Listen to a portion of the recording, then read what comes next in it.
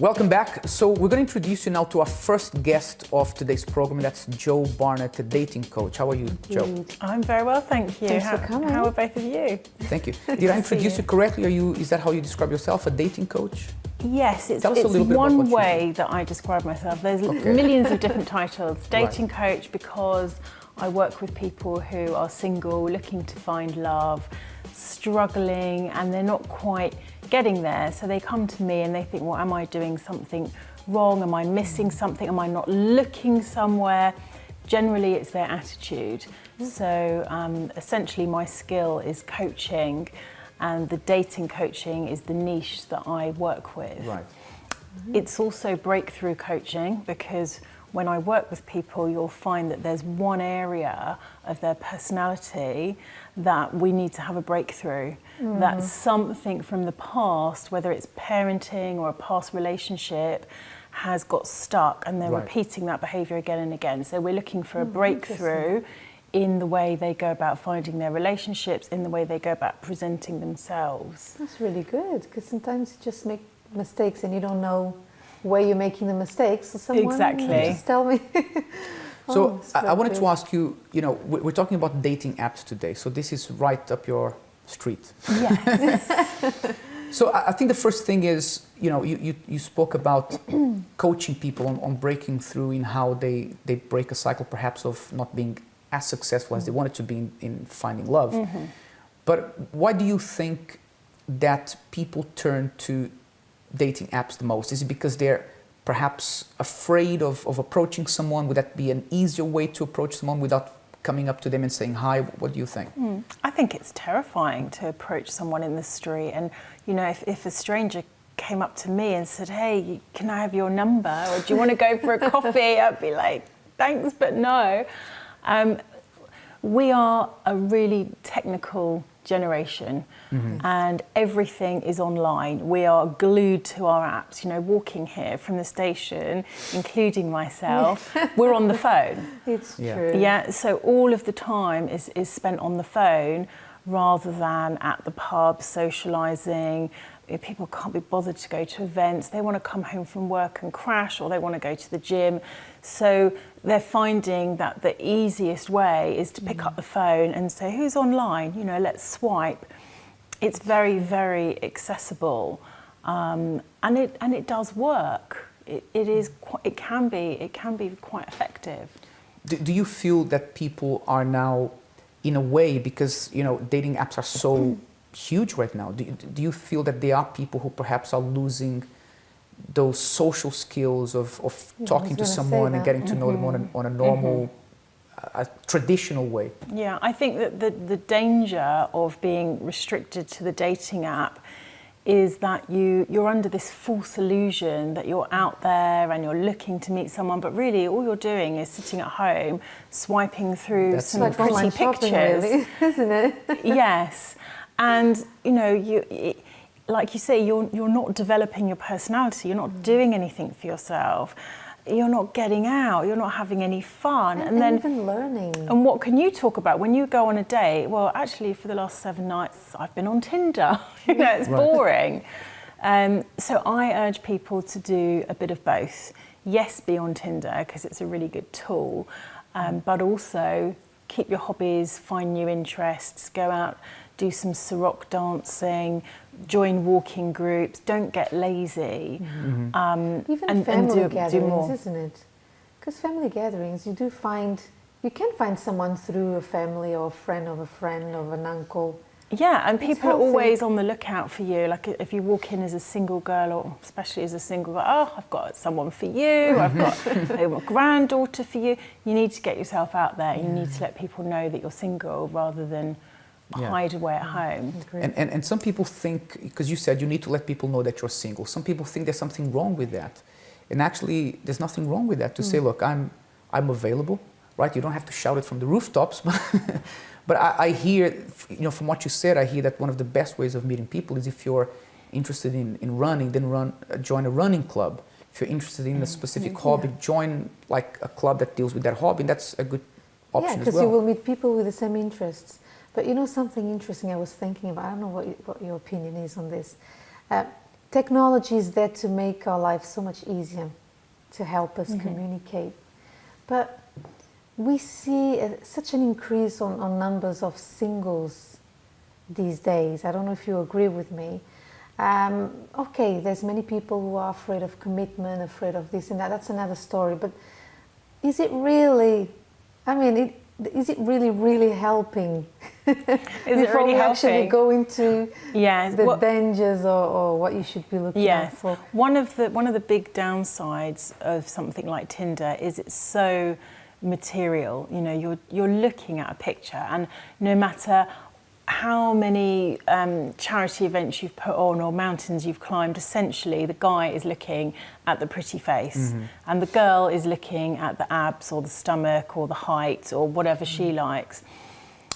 So it becomes really looks orientated. You know, you're not looking at a personality, you're looking at a face, or I don't like the look of that setting, let's go on to the next. And because it's a bit unfair, isn't it, on people? Well, it is, because you can dismiss someone. I wrote a blog today because I was at a function recently, and 2 people that I know got engaged, and they would have known each other for years, and they would have come across each other on different sites and seen each other's picture, but never clicked. And it took to get to a certain point that they actually met, decided to meet. Well, they're now engaged. You have to try and go beyond the looks, but something like Tinder is encouraging you. Well, swipe yes if you like someone, swipe left if you don't like someone. So it's almost really encouraging people to even pretend to be something they are not. Right, because we do hear a lot of people. That's dangerous ground we're treading on. No, it's true, because you do see some. Not everyone does that, of course. Well, you can have fake pictures, fake profiles and things, which is. Look, you know, that there's always going to be that. There's always been that. I'd be really dubious if there was a stunning 6-foot-tall Abercrombie-looking guy, and you can tell if it looks like it's from a magazine or if he looks real. And if he doesn't answer you back, the chances are he's not real. And the same with the women. I think all these sites plant a few, and there are people that put a picture, but you know, at the end of the day, if you're going to meet up, you're going to see the real person. There's no escaping. Let's talk about also things that people need to be aware of, things that people need to look out for. You know, we want people to be able to make their own decisions, whether this is something that perhaps can work for them or not. But what are things, in your opinion, from working with people who perhaps have had experience with dating apps, what are things you need to look out for when perhaps considering something like this? Well, there's a pattern of behaviour that a lot of guys enjoy, the backwards and forwards chatting, and you know, if someone doesn't want to get on the phone to you, and they just enjoy that banter and they're making you laugh, and if it turns sexual very quickly, that's a warning sign. Right. You know, he's not looking for a relationship; he's looking for fun. Right.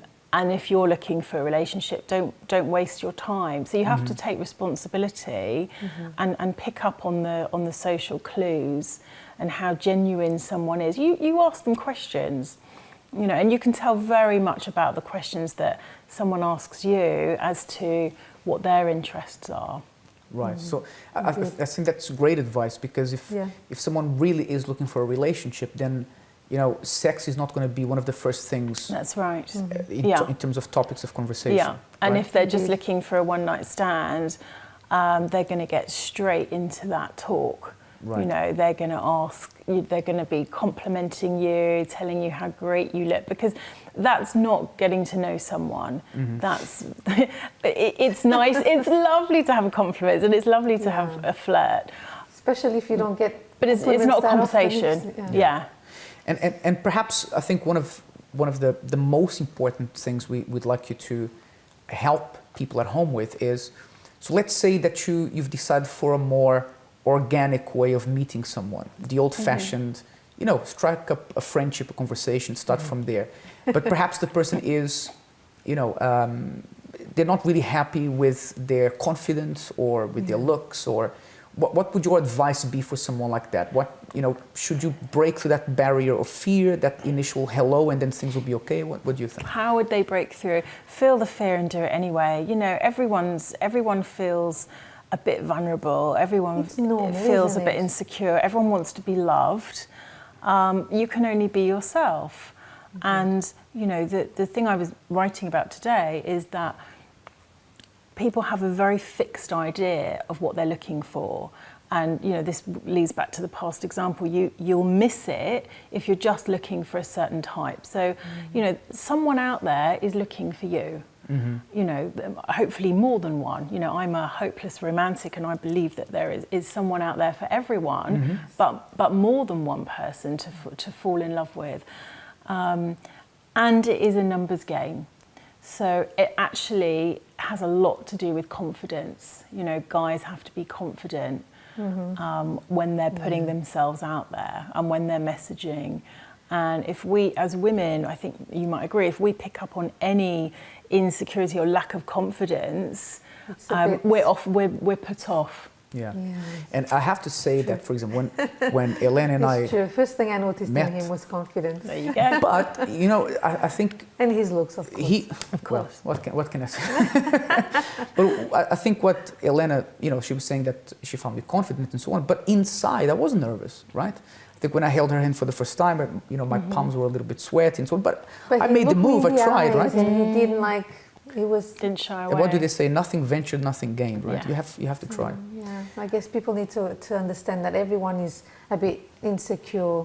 Yeah, but you have to, A little bit. like you said, feel the fear, but do it anyway, right? And the other thing is not to talk about it. I hear people going on dates and actually talking about, I had so many bad experiences on Tinder, and this guy picked me up and it was a disaster. And people don't want to hear that. The thing about dating and the early day conversation is to keep it fresh, keep it positive. Just between you and the person you are with. Yeah, we isn't it? don't need to know all about the history and how long you've been on Tinder for and how many disastrous dates you've had. It's important to be positive from the guy's point of view and from the woman's point of view, and almost like, even if you have been looking for a while, I've just come on here, just, you're one of the first few people I've spoken to, and then you'll get a bit more interest. Right. Jo, thank you so much for joining us today. We've run out of time. It went really quickly, by the way. And now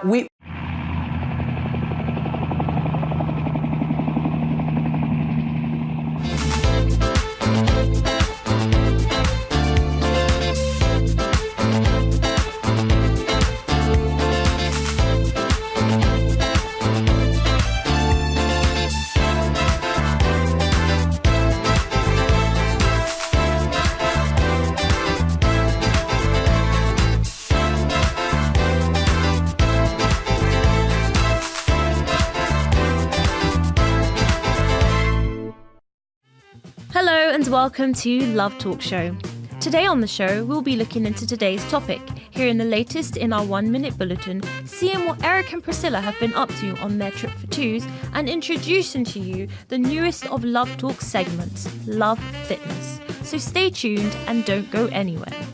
Everyone is talking about the latest craze that is dating apps. You've probably heard a fair few success stories and scary stories of what people have been up to on them. So we're here today to explore the topic and find out if there is anything people should be cautious of when looking for love through their phones. Now let's join James and Helena in the studio.